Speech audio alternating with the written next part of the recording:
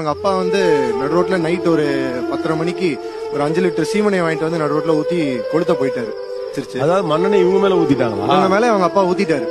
என் மேல அதுவும் ரோட்ல சார், பப்ளிக் ரோட்ல 5 லிட்டர் கேன் எடுத்து என் மேல ஊத்தி தீப்பெட்டி ஒண்ணுதான் கொளுத்துல சார்.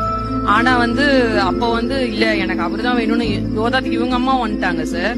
வந்து அவங்களும் என்னை அடிச்சாங்க. நான் அவனதான் கல்யாணம் பண்ணிக்க போறேன்னு சொன்னோன்னே எல்லாரும் திருப்பியும் அடிச்சாங்க சார். கால்ல செருப்பு கொள்ள முகம்லாம் அடிச்சு ஒரே காயம். அப்படியே தான் சார் இவங்க வீட்டுக்கு போய் வாங்க நம்ம இப்பவே கிளம்பி போயிடலாம், நம்ம எப்படியோ. எந்த ஊரு இது? ஈரோட்ல சார். ஈரோட்ல என்ன ஒரு கம்பத்திலே கட்டி போட்டாரு சார் ஒருத்தர். பட் இவ்வளவு காம்ப்ளிகேஷன் இருக்கு எதுக்கு? ஏன்னா ஊருக்குள்ள கொஞ்சம் சென்சிட்டிவ் வேற அப்படின்னு நீங்க ஒதுங்கல. இல்ல விடக்கூடாதுன்னு ஒரு வைராகியம் சார். அவங்க என் மேல வச்சிருந்த ட்ரஸ்ட் சார். அந்த நம்பிக்கையை வந்து எந்த ஒரு சூழ்நிலையிலும் குலைச்சிடக்கூடாதுங்கிறது வந்து வைராகியமா இருக்கும் சார். எனக்கும் வந்து அவரு தான் சார், வேற எதுவுமே எனக்கு தோணல. இவர் இருந்துட்டா போதும்பா, நம்ம எதுனாலும் சமாளிச்சுக்கலாம் அப்படிங்கிற மாதிரிதான். ஒண்ணுமே ஜீரோ தான் சார். ஒன்னும் வீட்ல இருந்து எதுவுமே எடுத்துன்னு வரல.